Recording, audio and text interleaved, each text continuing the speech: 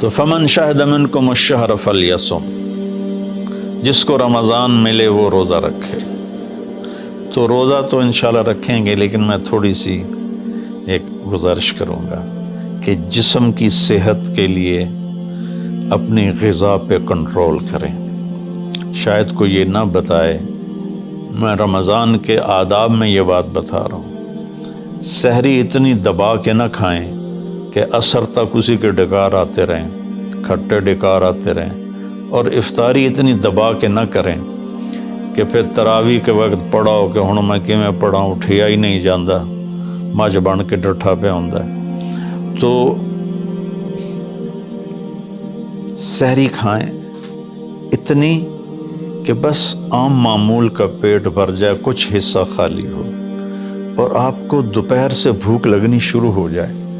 جب آپ کو دوپہر سے بھوک لگنی شروع ہوگی تو آگے 6-7 گھنٹے کا سفر ہے، اس میں پوری مشین خالی چلے گی، تو جتنے گندے مادے اور فاسد مادے جمع ہوتے ہیں وہ سارے جل جاتے ہیں۔ اچھا، رمضان کے دونوں طرف معنی آتے ہیں، وہ میں بتاتا ہوں، ابھی میں جسمانی بتا رہا ہوں۔ اچھا، ایک اور بھی بڑا خوبصورت رمضان کا معنی ہے۔ اللہ کے نبی نے فرمایا کہ یہ نہ کہا کرو رمضان آ گیا اور رمضان چلا گیا، کہو رمضان کا مہینہ آ گیا، رمضان کا مہینہ چلا گیا، چونکہ رمضان اللہ کا نام ہے، رمضان اللہ کا نام ہے۔ اللہ اس میں اپنے بندوں کے گناہوں کو جلا دیتا ہے، تو اس لیے یہ تفسیر رازی کی روایت بیان کر رہا ہوں، اس کی صحت اور ضعف کے بارے میں مجھے نہیں پتہ۔ تو رمضان کہتے ہیں جلا دینا، جلا دینا یا جل جانا۔ تو جب آپ کا فاقہ 12 بجے سے شروع ہو جائے گا، وہ 6-6:30 بجے تک چلے گا، تو آپ کے جسم کا ایک ایک خلیہ گرم ہو جائے گا اور اس میں سے بھاپ نکلے گی، اور آپ کے جسم کی گندگی پورے سال کی جو جمع ہے وہ جلنا شروع ہوگی۔ پھر آپ افطاری جب کریں تو سنبھل کے کریں، ٹھنڈا برف سے بھرا ہوا پانی اور روح افزا اور جام شیریں اور دودھ سوڈا، اور اس میں برف کے اتنے بڑے بڑے ڈلے ڈال کے جب آپ پیتے ہیں تو سارے دن کے روزے کا جسمانی فائدہ فوت ہو جاتا ہے، ختم ہو جاتا ہے۔ سنبھل کے پانی پئیں اور روم ٹمپریچر کا پانی پئیں، اس وقت معدہ گرم ہوتا ہے، اس میں ٹھنڈی بلا ڈالنا۔ اور پھر آپ اس پر دوسرا ظلم یہ کرتے ہیں کہ اتنا ٹھنڈا پینے کے ساتھ گرم گرم سموسے کھاتے ہیں، گرم گرم پکوڑے کھاتے ہیں، اور کئی ماشاءاللہ ساتھ وہ پیس کو بھی ملاتے ہیں، کوئی چانپیں ملاتے ہیں، کوئی پیس ملاتے ہیں۔ یہ افطاری ہوتی ہے اور پھر کھانا اس کے بعد ہوتا ہے۔ تو سادہ پانی سے روزہ افطار کریں، اور مغرب کی نماز کے بعد ہلکا پھلکا کھانا لیں، اور پھر تراویح کا انتظار کریں، تراویح پڑھیں، اور اس کے بعد جس کا ذوق ہے ٹھنڈا پانی پینے کا وہ ٹھنڈا پی لے، گرم کا ذوق ہے گرم پی لے، لیکن برائے مہربانی کئی چیزوں کا، اب میں ایک آپ کو مثال دیتا ہوں۔ یہ ہماری گاڑیاں ہیں معمولی سی، تو ہم اس میں دیکھتے ہیں کہ اچھا پیٹرول کہاں ملتا ہے۔ جس پیٹرول پمپ کا پتہ چلے کہ پیٹرول اچھا نہیں، ہم سزوکی والا بھی آگے چلا جاتا ہے کہ ویکھو چنگا پیٹرول کتھوں لبدا ہے، اور جن کے پاس مہنگی گاڑیاں وہ ہائی آکٹین ڈلواتے ہیں، جو پیٹرول کی سب سے اچھی قسم ہوتی ہے۔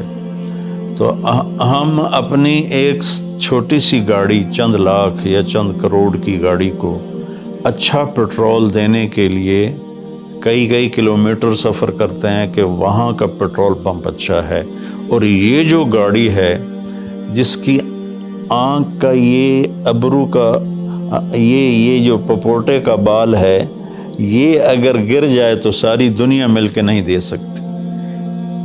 ایک نوخن اگر گر جائے تو پوری دنیا مل کے وہ نوخن نہیں دے سکتی۔ کون چاہتا میں گنجا ہو جاؤں؟ ایک بال گرتا ہے تو پوری دنیا کی طاقت مل کر وہ بال واپس نہیں لا سکتے۔ تو اس کو ہم گندی سے گندی چیزیں کھلاتے ہیں، کچوریاں کھا رہے ہوتے ہیں، قتلمے کھا رہے ہوتے ہیں کہ افطاری ہو رہی ہے۔ تو اللہ کے واسطے ٹویوٹا گاڑی میں صاف پیٹرول ڈلواتے ہو اور اس خوبصورت گاڑی میں گند بھر دیتے ہو، سموسے اور پکوڑے اور دودھ سوڈا اور جام شیریں اور روح افزا اور 7 اپ اور ٹھنڈے پانی، سکنجبین، اور اس کے اوپر پھر مرغے کے پیس اور چانپوں کے پیس، اور ابھی کھانا بعد میں کھانا ہوتا ہے۔ تو مہربانی کریں اپنے جسم کی صفائی کریں، اعتدال سے کھائیں، افطاری بھی اتنی کھائیں کہ آپ کی بھوک باقی ہو۔ تو آپ آرام سے تراویحیں پڑھ لیں گے، تو تراویح پڑھیں، پھر اس کے بعد آپ آرام کریں، جلدی سے سو جائیں۔ اور بعض نوجوان ساری رات جاگتے ہیں، ٹھیک ہے، کوئی بات نہیں، جاگیں، کوئی نفل بھی پڑھ لیا کریں، کچھ اپنی گپ شپ بھی کر لیا کریں، اور پھر سحری ایسی کھائیں کہ اب اس میں پراٹھے پک رہے ہوتے ہیں اور ہر گھر سے پراٹھوں کی خوشبو آ رہی ہوتی ہے، تو پھر پراٹھوں کا بوجھ اپنے اوپر نہ ڈالیں، سادہ روٹی کھا لیں، سادہ سالن کھا لیں، تو پورے مہینے میں آپ کے پوری باڈی کی اوورالنگ ہو جائے گی۔ یہ تو جسمانی فائدہ ہو گیا۔ روحانی لحاظ سے کیا ہے؟ شہر رمضان، رمضان جل جانا، جلا دینا، رمضان کا مہینہ۔ اس لیے اللہ کے نبی نے کہا، یہ کہا کرو ماہ رمضان آیا اور ماہ رمضان گیا، کیونکہ اللہ آنے جانے سے پاک ہے، تو اللہ کا نام رمضان ہے۔ یہ امام راضی کی روایت ہے۔ تو یہ نہ بھی ہو تو رمضان میں جلنے کا مطلب کیوں ہے؟ اسی مہینے کے ساتھ کیوں ہے کہ ہر روزے کے ساتھ اللہ اس کے گناہ معاف کرتا ہے، اس کے گناہوں کو جلاتا ہے، اس کی بھوک کی آگ میں جلاتا ہے، جلاتا ہے، جلاتا ہے۔ آخری روزے اللہ تعالیٰ کیا کرتے ہیں کہ اس کے سارے گناہوں کو جلا کے راکھ کر دیتے ہیں اور اپنی رحمت۔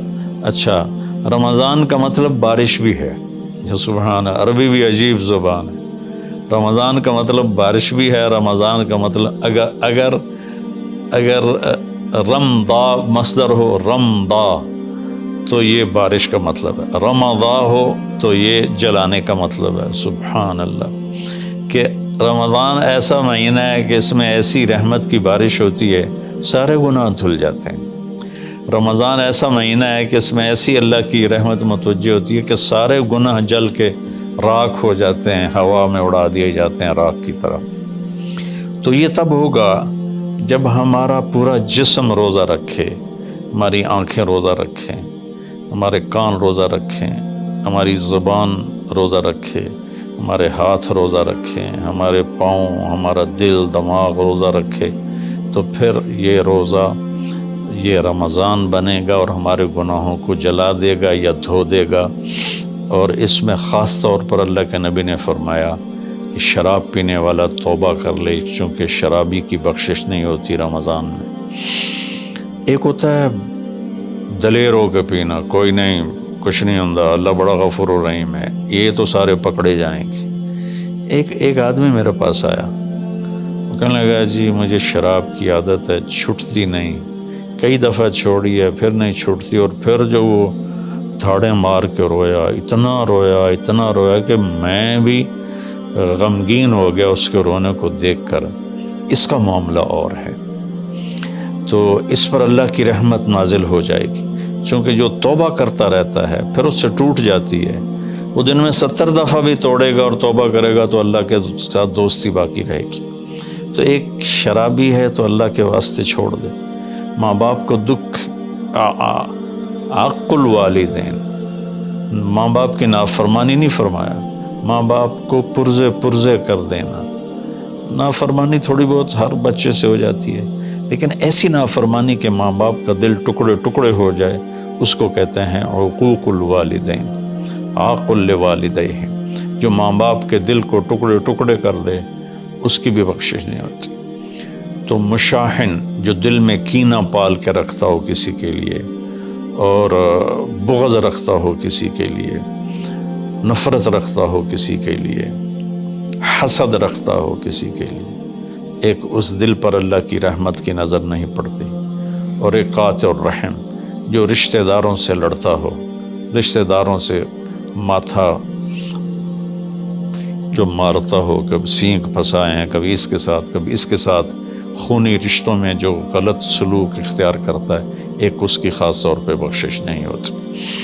تو باقی اللہ کا دریائے رحمت ہے، جو بھی توبہ کرے گا، مشرک بھی توبہ کرے گا معاف، سود خور توبہ کرے گا معاف، چور توبہ کرے، ڈاکو توبہ کرے، زانی توبہ کرے، قاتل توبہ کرے، شرابی توبہ کرے، ماں باپ کا نافرمان توبہ کرے، اور رشتہ داروں سے لڑنے والا توبہ کرے، نفرت رکھنے والا توبہ کرے، اور سود پہ کام کرنے والا توبہ کرے، سود کھانے والا توبہ کرے، سب معاف ہو جائے گا، سب معاف ہو جائے گا۔ اور اللہ سے مانگیں کہ اللہ تعالیٰ اس میں ہماری جسمانی صحت بھی بحال کر دے اور روحانی صحت بھی بحال کر دے، اور ہمارے گناہوں کو معاف کر دے۔